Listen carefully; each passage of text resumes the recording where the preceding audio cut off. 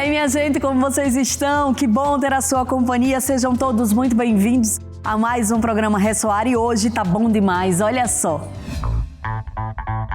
Todos sabemos como os cãezinhos alegram as nossas vidas, né? Mas você já viu cães terapeutas? Preparamos uma matéria exclusiva para você e você vai ver também. Já no Conexão Social, a presidente do Instituto Ressoar, Eunice Silva, apresenta mais uma entrevista que vai transformar a sua vida. No Descomplica Ressoar, você aprende como evitar acidentes domésticos com crianças, com Rafael Gianazzi. Então fica com a gente porque o programa Ressoar já começou.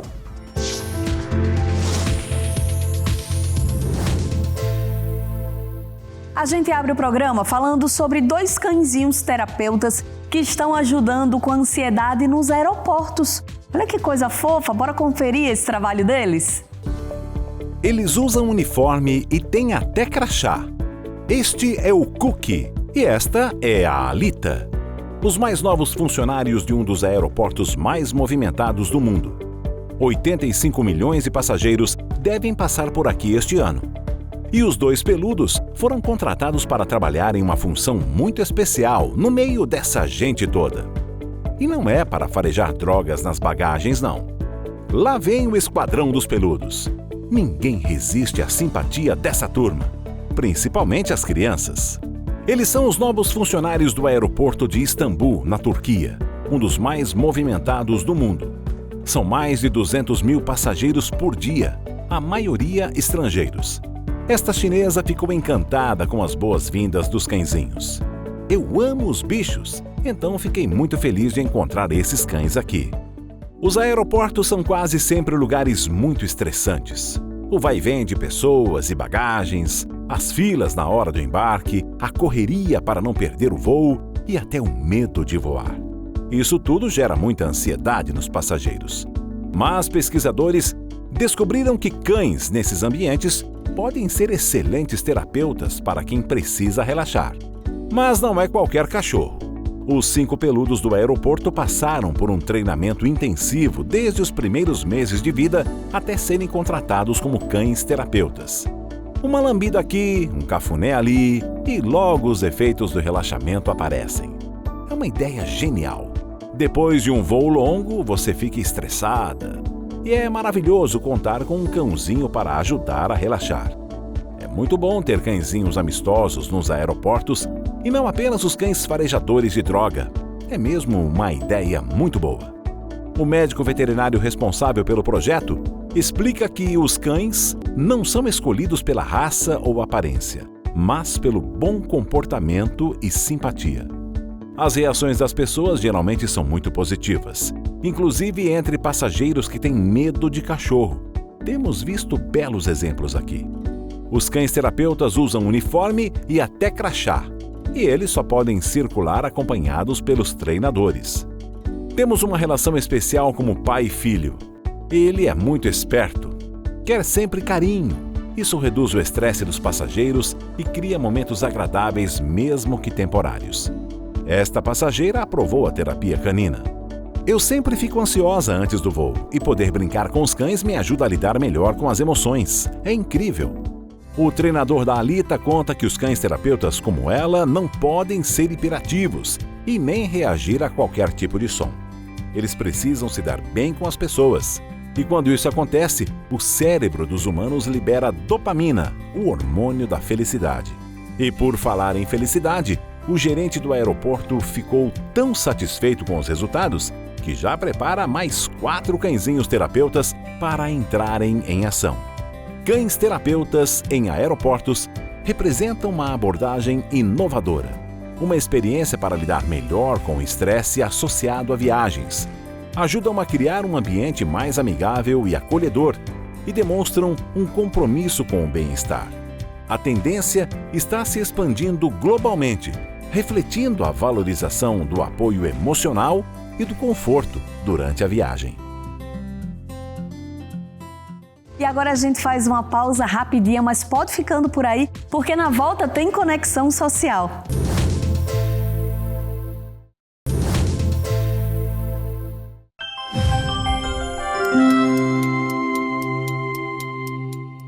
Para tudo que você está fazendo e preste atenção nessas imagens. Infelizmente, no sertão nordestino, muitas famílias vivem nessas condições. Por isso eu estou aqui para pedir a sua ajuda. O projeto Nova Canaã luta todos os dias para mudar a realidade de muitas crianças e adolescentes. Mas depende da sua doação para continuar existindo.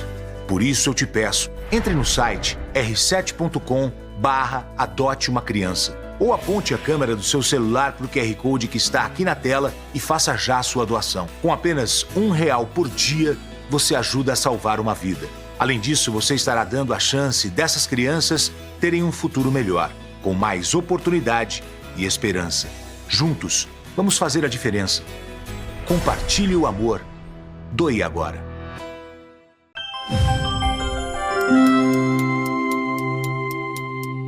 E começa o Conexão Social, comandado pela presidente do Instituto, Ionice Silva. Bora lá?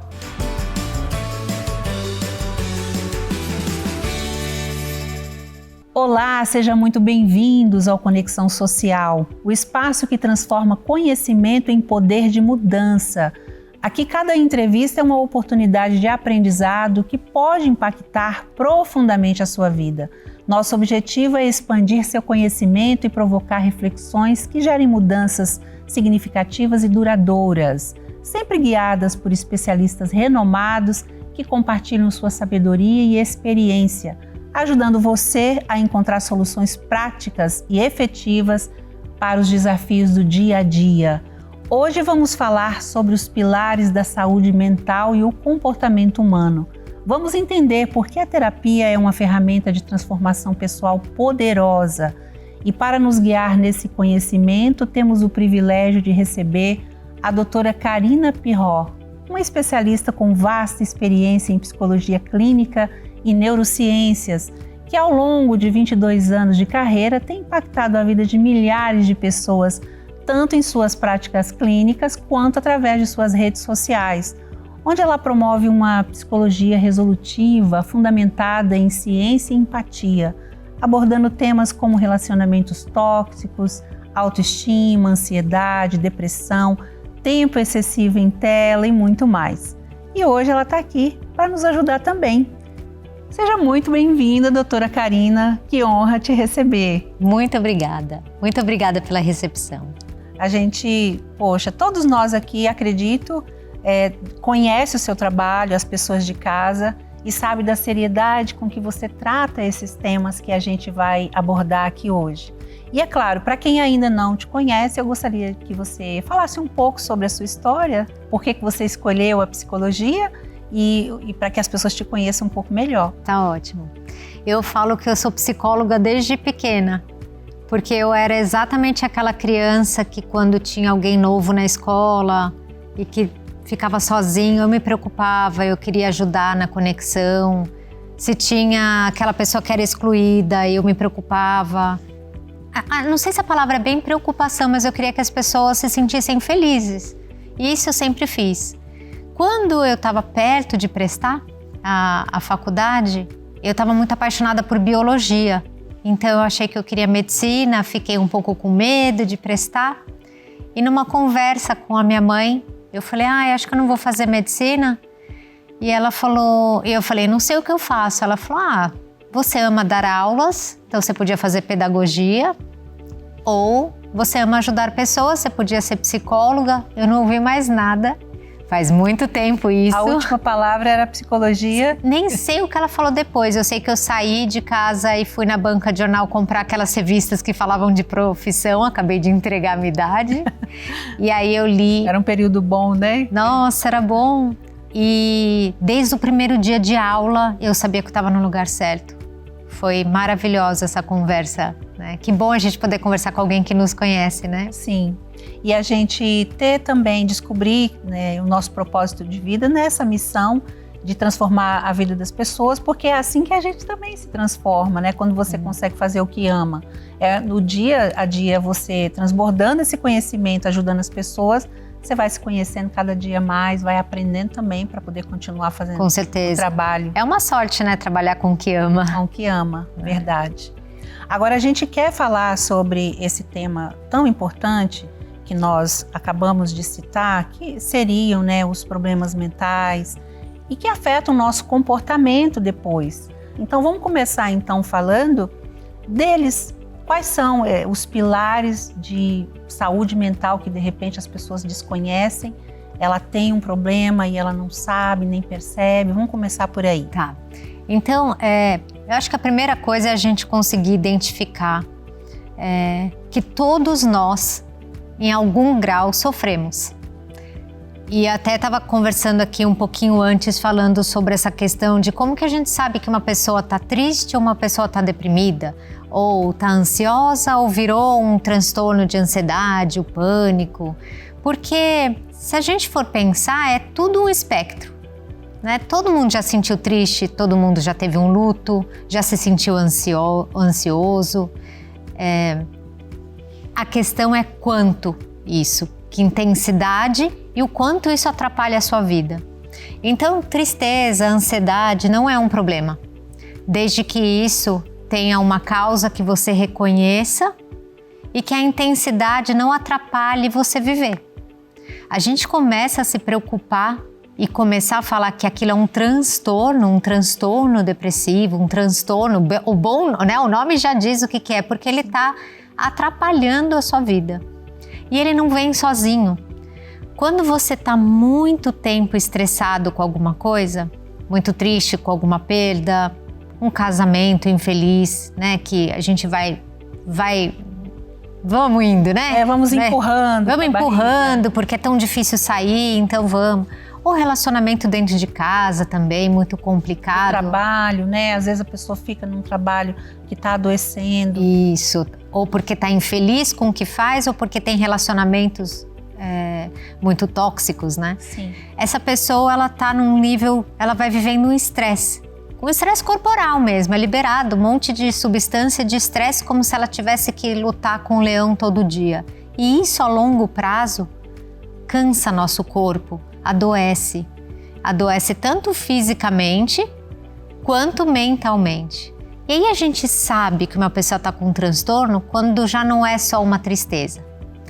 É uma tristeza, mudou o apetite, mudou o padrão de sono, não tem mais energia para fazer as coisas que gostava de fazer. Então você vai vendo, já não é só a tristeza um sentimento. Os pensamentos estão negativos, ela só pensa mal dela, não tem esperança no futuro. Tudo isso, se você for ver, é filho de um cérebro sofrendo, porque é o cérebro que controla seu sono, seu apetite, sua vontade de viver. Tudo isso é controlado pelo cérebro, a gente esquece. E ele, estressado muito tempo, começa a fazer essas mudanças. Então, a grande diferença da gente chamar alguém que está com um transtorno, ela começa a ter outros sintomas que não só o sentimento negativo, né? Sim. Ainda nesse assunto sobre a negatividade, né, falando sobre os pensamentos negativos, tem um fenômeno que acontece com todos nós, né, eu acredito, se a gente não souber trabalhar. Mas normalmente a gente costuma focar mais naquilo que é negativo quando tem tantas coisas boas ao nosso redor. Tanto que se tiver de 100 coisas, 90 coisas tão ótimas, mas 10 não tá. Então você foca nas 10, ignorando as 90. Por que isso acontece, né? Porque isso cria um clima tão ruim e faz com que as outras 90 nem tenha sentido, né? Pois é, é uma pergunta muito boa, porque se tem 90 coisas boas, por que a gente vai focar exatamente no que tá ruim? Mas todo mundo em casa já percebeu que faz isso, né? Sim. Você pode estar trabalhando lindamente, você recebeu uma crítica, você vai com aquela crítica embora para casa. A ideia da nossa mente é nos proteger. Então olha que interessante. Imagina você era pequenininha, não sabia nada desse mundo e de repente tinha uma tomada, você foi lá pequenininha, pôs o dedo na tomada e tomou um choque. É ruim.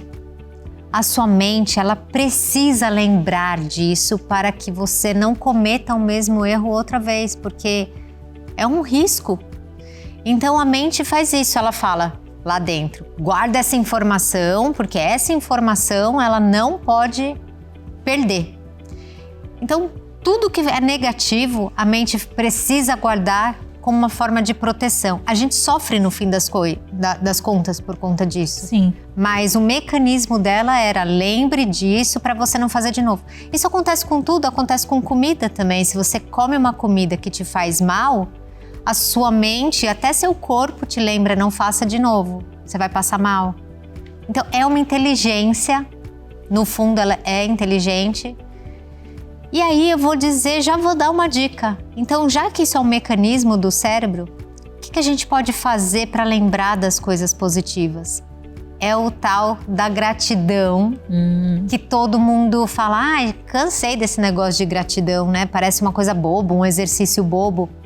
É um exercício de lembrar a nossa mente que, embora tenha 10 coisas ruins, como você disse, tem essa e essa e essa coisa boa. Então a gente precisa, não é automático no nosso cérebro lembrar das coisas boas, a gente que precisa alimentar com essas lembranças. Porque é mais fácil, né? Aquela que impacta mais, e às vezes ela generaliza, né? Isso. Por exemplo, quem teve a experiência de ter um relacionamento ruim, ela fica com a impressão de que relacionamentos são ruins, né? E ela acaba encontrando relacionamentos ruins porque isso a mente dela quer dizer: tá vendo, eu te disse que era ruim. Isso mesmo. E é uma cilada muito grande da mente, né? E eu acredito muito no poder da gratidão, de verdade. Sem essa coisa de se banalizar, né? Da mãozinha só. Mas de verdade, a gratidão, ela faz com que a gente seja saudável, né? Tanto no corpo quanto na mente, Sim, né? Exatamente. Eu penso muito que, assim, de todos os erros que a gente pode cometer, dos erros cognitivos, inclusive, eu quero que você fale deles, porque são muitos, né? Tem técnicas que você usa lá, como a TCC e outras, porque a gente quer incentivar as pessoas nessa tarde a não ter mais preconceito com a terapia. Aliás, é um dos temas que você fala tão bem lá, de tirar das pessoas esse preconceito de que só vai procurar ajuda quem tá, sei lá, louco, né? Isso. Tem gente que até hoje tem esse pensamento. Então eu queria que você falasse dos erros cognitivos que a gente comete sem perceber e o que é feito para ajudar, né? Olha, vou aproveitar essa sua pergunta para ensinar para as pessoas o que se faz dentro de um consultório de psicologia, porque também tem um mito, né? Ninguém explica isso. Vou lá falar o quê? Não conheço essa pessoa, vou contar da minha vida, o que ela vai poder me ajudar? Sim. Então, explicando de uma forma bem simples, eu sempre falo assim pro meu paciente: quantos anos você tem? Aí ele fala, sei lá, 40 anos. Então faz 40 anos que você nasceu, você não sabia nada dessa vida, você não sabia o que era o amor, você não sabia o que era bom, o que era ruim, você não sabia o que era maternidade, você não sabia o que era relacionamento, você não sabia nada. E naquela casa que você nasceu, naquele bairro, naquela cultura, naquela religião, em tudo que aconteceu na sua vida foi te ensinando sobre essa vida. Então, você assistiu dentro de casa o que era a paternidade ou a maternidade, ou talvez, se eles não estavam lá, o que era o abandono. Você foi aprendendo com a vida. Você chorou, te acolheram ou te bateram? Te abandonaram ou te acolheram? Tudo que a gente viveu foi mostrando para essa criancinha o que era esse mundo. Você comeu uma vez um chocolate e pensou: nossa, isso é gostoso. Ou comeu um jiló e achou ruim, por exemplo. Sim. Isso tudo na nossa mente vai formando aprendizados. Então, essa é a palavra principal, aprendizados. Tem muita coisa que a gente aprendeu e tá tudo bem, não atrapalha a nossa vida, até nos ajuda. Então, alguns exemplos, tá? Como você enxerga sobre você mesmo?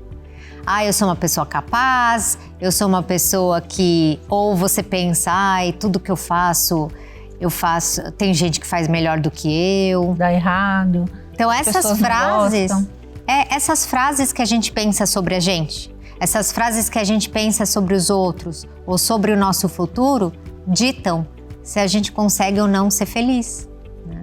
E aí eu acredito que entra um pouco no que as pessoas chamam de crenças limitantes, né? Isso! Porque você acaba limitando a tudo da forma como você enxerga, ou seja, você não tem a inteligência multifocal, você não consegue enxergar um todo, né? Isso. Você fica muito ali. Parece que você tá com óculos preto e branco e tá tudo preto e branco. Só na experiência, né, ruim que teve. Queria que você falasse um pouco, desmistificasse um pouco essa questão de o que é crença limitante, né? O que a gente pode fazer para sair desse ciclo, né? Isso. E aí que entra a terapia, né? Quando a gente vai no terapeuta e a gente está falando, parece que a gente está desabafando. Mas nós, como psicólogo, quando você está falando comigo, eu tô vendo o que você aprendeu da vida. Então, se você está falando, Karina, eu vim aqui porque nada que eu faço é bom, porque eu paro tudo as coisas no meio, eu já sei o que você está pensando sobre você mesmo, que tipo de conclusão que você tirou. Não precisou ninguém falar, ela mesma já... E tem gente que dá uns adjetivos tão ruins. Sim. Eu falo muito aqui, toda vez que eu tenho oportunidade, Karina, sobre o poder do eu sou. É tão incrível, porque o eu sou é um dos nomes de Deus. E quando você fala assim, olha, eu sou ruim, eu não consigo, eu não isso. Então você está falando mal de você e de Deus. Então isso tem um poder muito grande quando você fala de quem você é. Por isso que é muito importante a gente saber quem a gente é, porque ainda que nesse momento você não esteja fazendo tudo, mas você não é isso aqui. Então, eu queria que você falasse sobre essa percepção que as pessoas têm quando elas chegam dizendo quem elas não são, porque nada é verdade, né? Isso, eu acho que um dos grandes presentes que eu tenho como psicóloga é trabalhar com a fragilidade das pessoas. Então, aquela pessoa que você assistiu na televisão ou que você viu no Instagram, que parece que ela é a pessoa mais segura do mundo, e aí que você se sente desse tamanhinho, quando ela tá lá no meu consultório, eu sei que não, eu sei que ela tem pensamentos negativos, que ela tá insegura, que ela pega a câmera e ela tem medo se ela tá bonita ou não tá bonita. Ela tem as mesmas inseguranças que todo mundo que tá em casa. A minha sorte de ver os bastidores é que essa ideia que as pessoas têm de que tem alguém que é muito maravilhoso e que você não é, né? Agora, pensando um pouquinho nisso que você tá falando, a gente precisa lembrar que nada que a gente é estático. Então, se você fala, eu sou ciumenta, não, você não é ciumenta, você está ciumenta. Você quer melhorar? Quero. Então, a gente precisa fazer um trabalho para melhorar tudo que você se incomoda em você, de personalidade ou de jeito, ele precisa vir tirar o ponto final, sabe? Eu sou muito mandona, eu sou muito brava, eu sou muito ciumenta. Quando você põe esse ponto final, você já entregou os panos e falou pro cérebro, então é isso, acabou, não preciso trabalhar. Tem gente que fala, eu sou muito sem sorte. É tanta coisa ruim. Eu, mesmo se eu não conhecer, eu falo, não fale isso de você. Não fale isso. Eu falo, põe uma vírgula. Fale, até hoje eu fui ciumenta, mas eu quero melhorar. E a hora que você fala isso, abre uma oportunidade dentro do seu cérebro que ele vai começar a buscar, então como que eu faço para melhorar? E é aí que a gente começa, tanto em leituras de coisas positivas, num programa como esse, onde você dá oportunidade para as pessoas receberem informações sobre a mente dela, ou numa terapia. Não é um único lugar a terapia, sabe? Até porque a gente sabe muito bem que a nossa população nem tem, às vezes, condição financeira para arcar com algo a mais do que ela já arca, sim, né? Então, esse tipo de conteúdo que a gente disponibiliza pode ajudar muito nas reflexões e nas mudanças também. Sim, e muito, né? Agora, Karina, você fala muito como a mente influencia o corpo e vice-versa, que tem a ver com isso também, né? Sim. Sua mente dá comandos para o seu corpo e você tem hábitos que às vezes é muito ruim e também pode ser muito bons. Eu queria que você falasse um pouco sobre isso. Sobre a ligação da mente com o corpo? Sim. Eu falo que, não sei quem achou que um dia era separado, né? Porque tá tudo tão juntinho e todo mundo já percebeu em casa que quando você tá ansioso, o coração bate, aperta o estômago. Então, tá bem claro que os dois andam perto.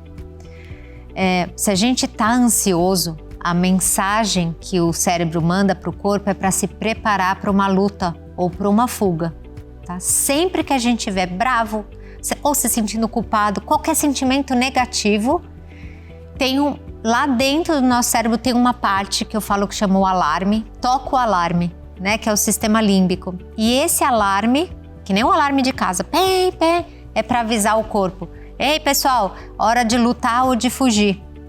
Pra gente lutar ou fugir, precisa de tensão muscular, precisa de um coração batendo e levando oxigênio. Então todo o corpo tá em alerta. Você nunca vai ver uma pessoa que tá ansiosa assim, calminha, relaxada, tá tudo muito tenso. E vai uma dica, de novo, para as pessoas em casa. Se você, então, já entendeu que o corpo e a mente é uma coisa só, a sua mente tá tensa e o seu corpo tá tenso, então, e você não tá conseguindo controlar a sua mente, presta atenção no seu corpo, então. E aí tem várias formas da gente prestar atenção que vocês já devem ter ouvido falar, que é atividade física, técnicas de relaxamento, que você acha também nos YouTube da vida, sim, né? Tem meditação. Ai, Karina, mas eu não consigo meditar porque minha cabeça não presta atenção. Põe uma meditação guiada ou com uma música, se você é mais agitada. Se você relaxar o corpo, você já manda um sinal para a mente relaxar também. Então, às vezes, o problema não se resolveu, o casamento não está feliz, as coisas não estão boas, mas às vezes a gente consegue, numa técnica dessa, deixar o corpo e a mente um pouco mais tranquilo. Até para tomar uma decisão, porque decisões são necessárias, né? Nós decidimos desde a hora que a gente acorda, né? Sim. Você vai levantar que hora? É uma decisão. Que roupa que você vai usar? Para onde você vai? O que você vai fazer primeiro? Então, decisões, sejam pequenas ou grandes, são necessárias. E se for necessário tomar uma decisão, a gente esteja mais calma. Que a gente esteja mais calma, a gente procura fazer da melhor forma possível, né? E isso a gente tem ferramentas internas, né? Tudo influencia, eu acredito. Eu acho que você concorda comigo que até uma boa alimentação faz com que o corpo fique saudável e, consequentemente, a mente também, Eu né? vou falar, você chamou aqui um nome muito bom, que são os pilares de saúde mental. Hoje, pilar de saúde mental, ou seja, as coisas que apoiam para você ter uma boa saúde mental, são várias coisas. Então, a atividade física está comprovado, e agora eu vou contar. A Organização Mundial da Saúde diz que 150 minutos de atividade física por semana é importante para a saúde mental. Faça as suas contas, pode ser 30 minutos por dia, pode ser... Não é 150 por dia, é 150 por semana. Para você ter feito o pilar de saúde mental. Melhor que seja uma atividade que faça seu coração bater mais rápido, né? Como as atividades cardiovasculares. Mas a musculação também é muito boa para o cérebro, tem vários estudos. Então, falamos da atividade física, nutrição.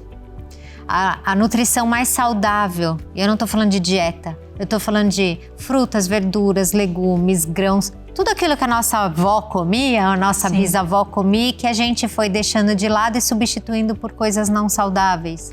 Sono é um pilar que, se você não pode fazer terapia, eu estava falando isso para uma paciente ontem, se você não tem dinheiro para fazer terapia, durma bem.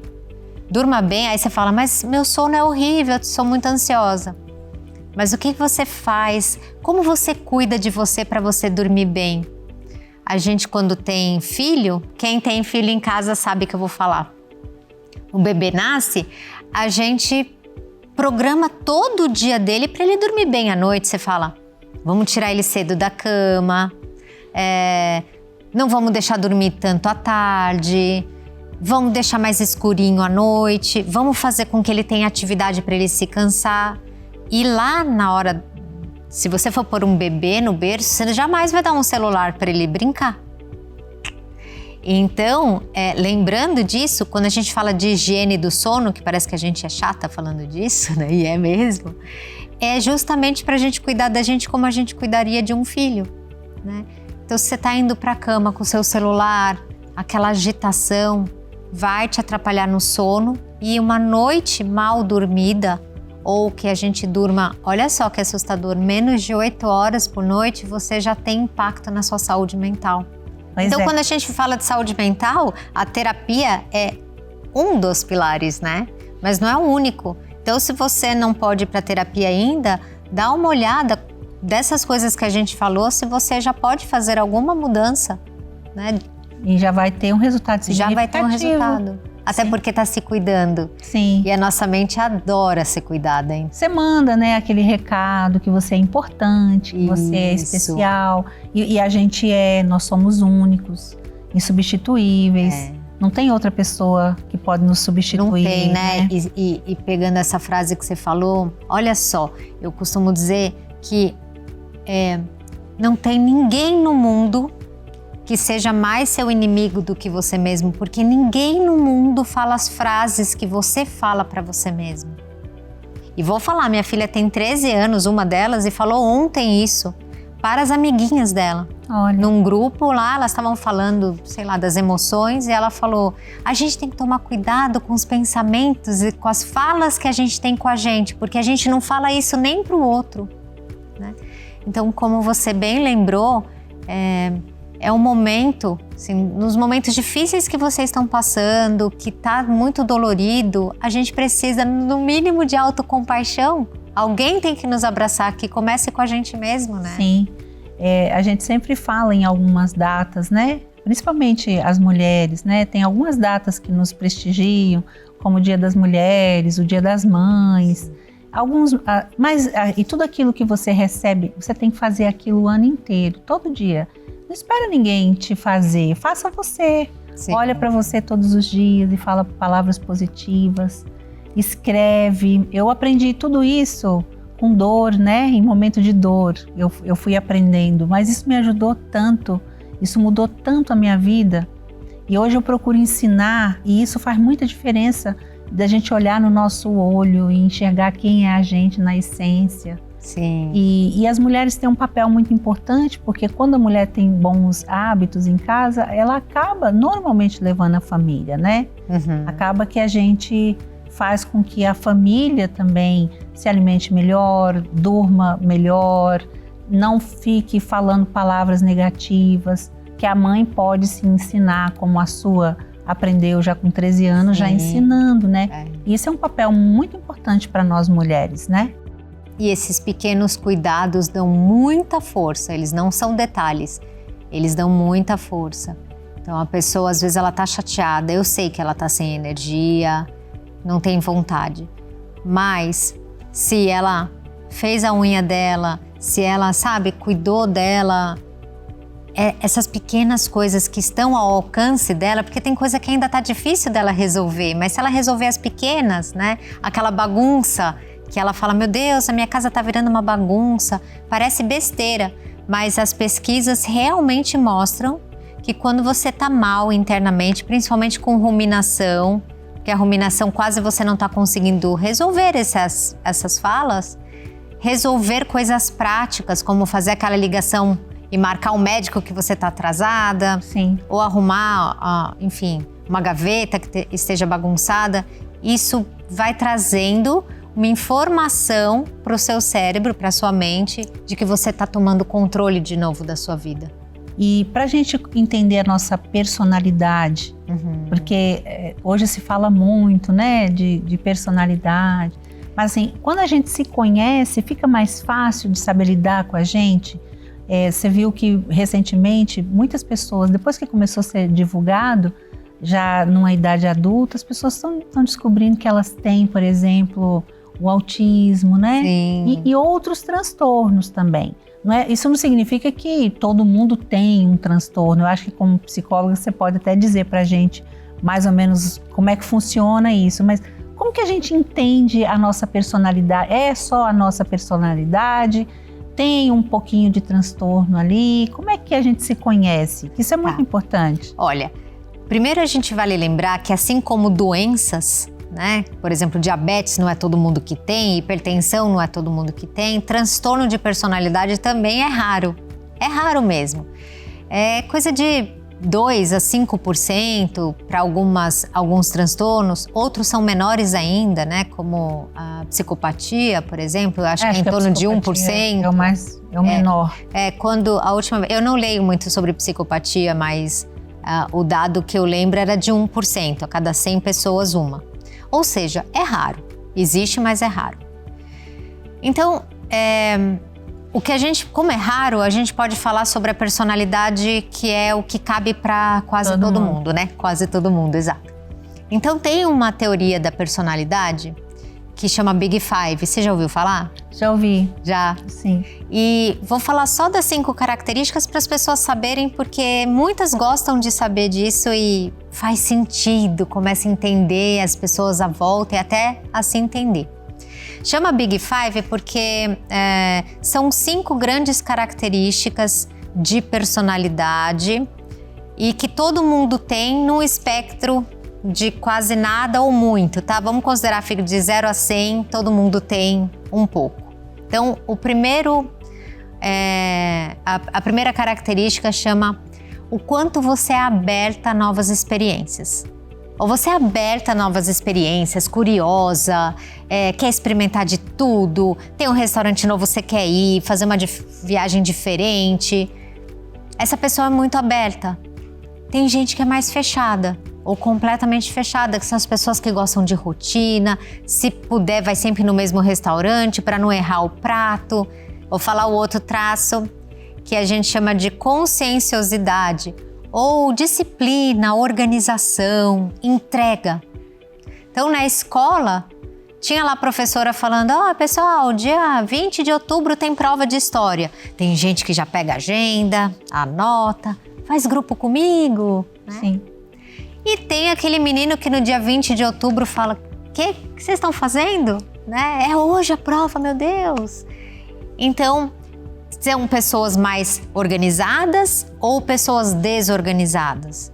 E a gente acha, às vezes a gente critica tanto quando na realidade são características que a gente pode aprimorar, mas são características, tanto que a gente vê desde pequeno. Sim. E a criança não está fazendo aquilo de propósito na escola, é perdida, esquece o caderno, aquelas coisas. E eu não estou falando de TDAH, eu estou falando de característica de personalidade. Tem os extrovertidos e do outro lado o introvertido. O extrovertido é aquele que gosta de pessoas, ele é sociável e a energia dele sobe quando ele está com pessoas. Você deve ser assim, né? Eu sou. Uhum. O introvertido é aquele que ele até vai numa festa, mas ele vai passar o final de semana na TV porque ele não quer ver ninguém, porque ele precisa descansar para subir energia e descansar sozinho. Aí tem o quanto a gente é amável, é empático e se preocupa com o outro, ou o quanto a gente é combativo, é a minha opinião que vale. A gente pega um narcisista, por exemplo, quanto de empatia ele tem? Zero. Né? Aí que a gente vai vendo, se a gente vai pondo os temperinhos, você consegue ir transformando isso num transtorno, né? Então, pegando a amabilidade, a empatia, tem gente tão amável, aí você vai falar, nossa, Karina, mas que bom que é tão amável. Tá, mas essa pessoa não fala nem não. Aí ela se prejudica muito, ela sofre muito. E o último, a última característica genética de personalidade, porque tudo isso é genético, tá? É o neuroticismo, que é o quanto você nasceu instável emocionalmente. Todo mundo, quando vive um estresse, sai do eixo. Mas tem gente que sai do eixo e não volta no eixo e demora. Então, perde uma pessoa, né? Ou foi mal na prova. E tem gente que ela entra no eixo mais rápido. E aí, pega essas 5 características que eu falei e aí você consegue fazer a composição de todo mundo, somado à história de vida, lógico, Sim. né? Como eu disse, a história de aprendizado, aí você consegue ir transformando as pessoas. Muitos transtornos de personalidade somam essas características, algumas, mas uma história de vida que pode justificar o sofrimento, né?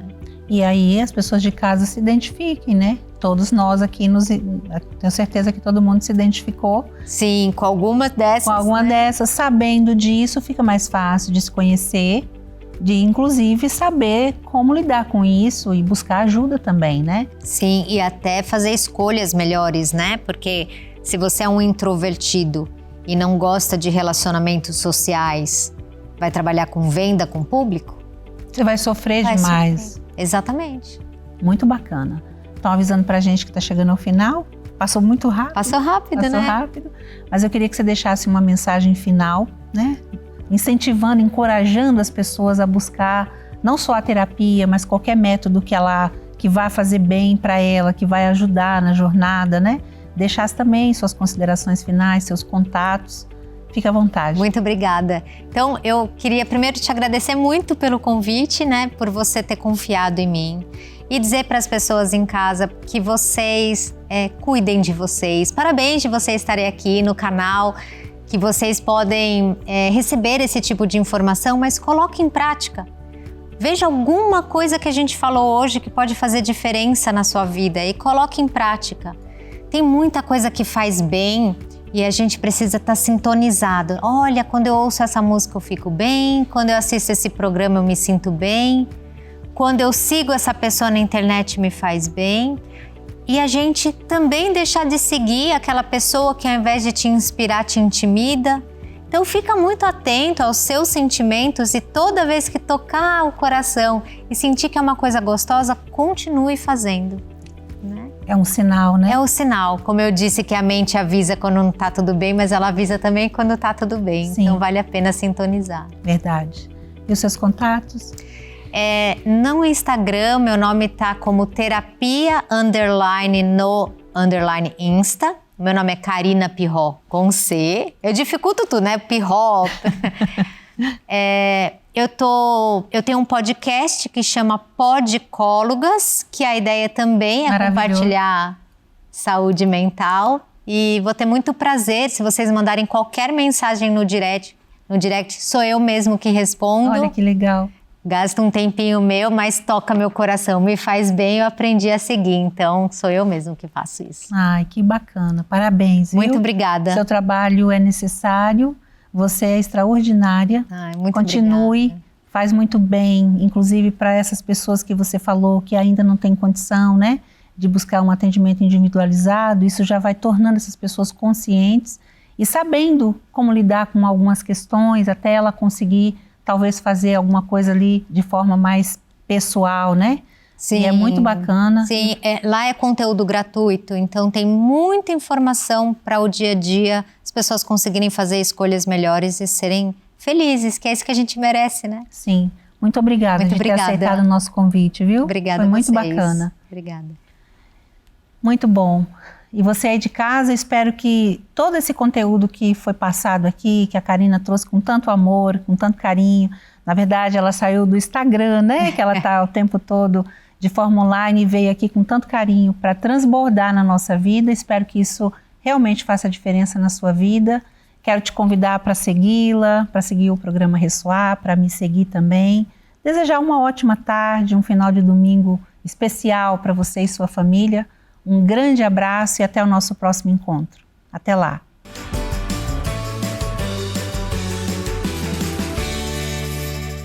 Que entrevista maravilhosa, né? Eu gostei demais. Se você também curtiu, é só rever lá no nosso canal do YouTube, beleza? E chegou o quadro Descomplica Ressoar. Hoje o pediatra, o Dr. Rafael Gianazzi, divide com a gente os cuidados que devemos ter para evitar acidentes domésticos com crianças. Olha que importante. Confira aí.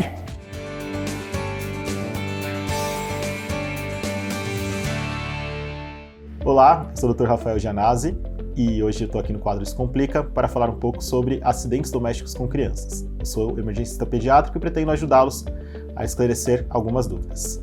Bom, durante o período que as crianças estão em casa, né, então um período de férias, é o período que a criança tem mais risco de sofrer acidentes, né?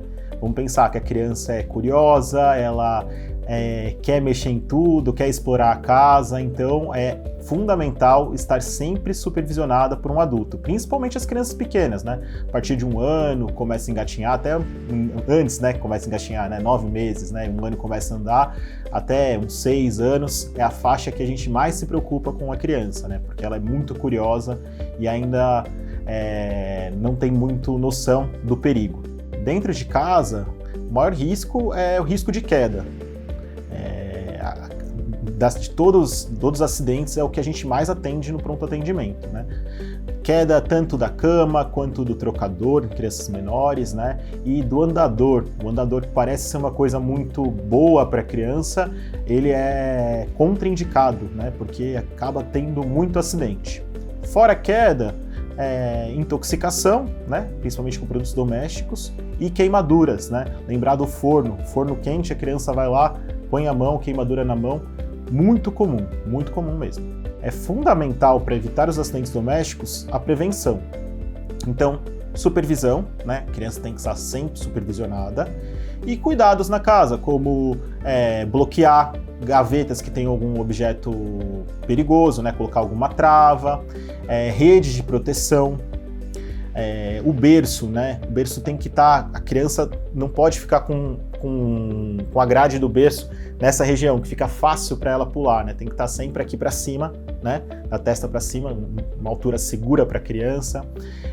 Caso ela vá brincar com bicicleta, patins, sempre de capacete, cotoveleira, usar equipamentos de segurança adequados, né? Acho que esses são os principais. Fora isso, também proteger tomada, né?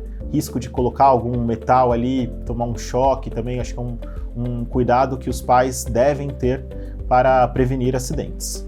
Então, caso de queimadura, não precisa passar nada na queimadura, tá? No máximo, lavar com água e sabão e procurar um atendimento, procurar ajuda.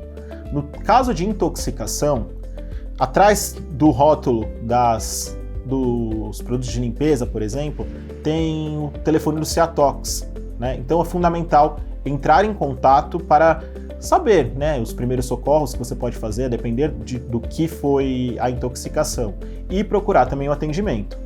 O que não pode, não é para ficar dando alguma coisa para a criança vomitar, dar leite, todos esses mitos, né, todas essas crenças populares acabam sendo mitos, né, que você pode acabar atrapalhando. Então, o melhor é procurar ajuda nesses casos mais graves. Inclusive, o Ciatox é um serviço aqui do Hospital das Clínicas de assistência para o estado todo. Ele serve tanto para leigos quanto para profissionais da saúde ligarem e esclarecer dúvidas quanto a intoxicações. Então, o que pode ser suspeito de intoxicação? Uma sonolência excessiva, vômitos, a criança ficar muito agitada ou rebaixada, né, muito caidinha, sonolenta. Tudo isso pode ser sugestivo de alguma intoxicação medicamentosa ou mesmo para um produto de limpeza, né? O ferimento corto-contuso, né, o corte, é uma outra emergência muito comum em crianças. O que é importante? Também não passar nada no local, lavar com água e sabão e procurar atendimento. Se for um corte superficial, pequeno, talvez não precise de ponto, né? Então até dá para ficar em casa. E no máximo lava com água e sabão e aí coloca um curativo. Cortes maiores, a gente pode comprimir, colocar algum pano, alguma coisa limpa, né, para comprimir esse corte e procurar o atendimento para fazer algum ponto, fazer uma sutura que seja possível. Mas é importante não passar nada. Bom, em caso de afogamento, é importante acionar o serviço de emergência, né, o SAMU, o bombeiro, ligar 192, e eu recomendo fortemente que os pais busquem informação em primeiros socorros, em ressuscitação cardiopulmonar, né, como reanimar a criança, porque nesse caso pode ser necessário massagens cardíacas e respiração boca a boca. O engasgo é uma outra emergência que pode acontecer dentro de casa. O que é importante? Os pais aprenderem as manobras de desengasgo. Para crianças pequenas, são 5 tapinhas nas costas, 5 compressões no tórax. Para criança maior, a gente faz o Heimlich, né, que eu vou perto aqui do externo e faço uma compressão para trás e para cima. Essas manobras que eu expliquei, existem diversos vídeos na internet, inclusive nas nossas redes sociais, explicando sobre essas manobras, só que elas são para sólidos, tá? Quando você não percebe a passagem de ar. Se for líquido, a criança está tossindo, o importante é acalmar a criança, deixar ela tossir, que com o líquido isso acaba se resolvendo.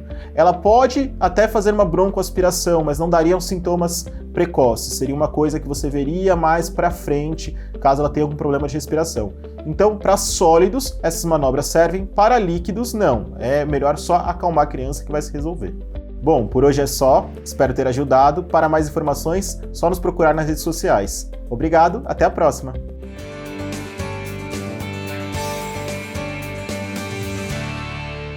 Chegamos ao fim do nosso programa, eu espero que tenha te impactado. E não se esqueça, para ver esse e outros programas, é só se inscrever lá no nosso canal do YouTube. Siga também as nossas redes sociais para ficar por dentro das novidades do Instituto Ressoar. E para encerrar, a gente fica com o seguinte pensamento: heróis de verdade não usam capas, eles ensinam. Olha, importantíssimo, viu? Então bora ser feliz, grande abraço, fiquem com Deus, até semana que vem, bora lá?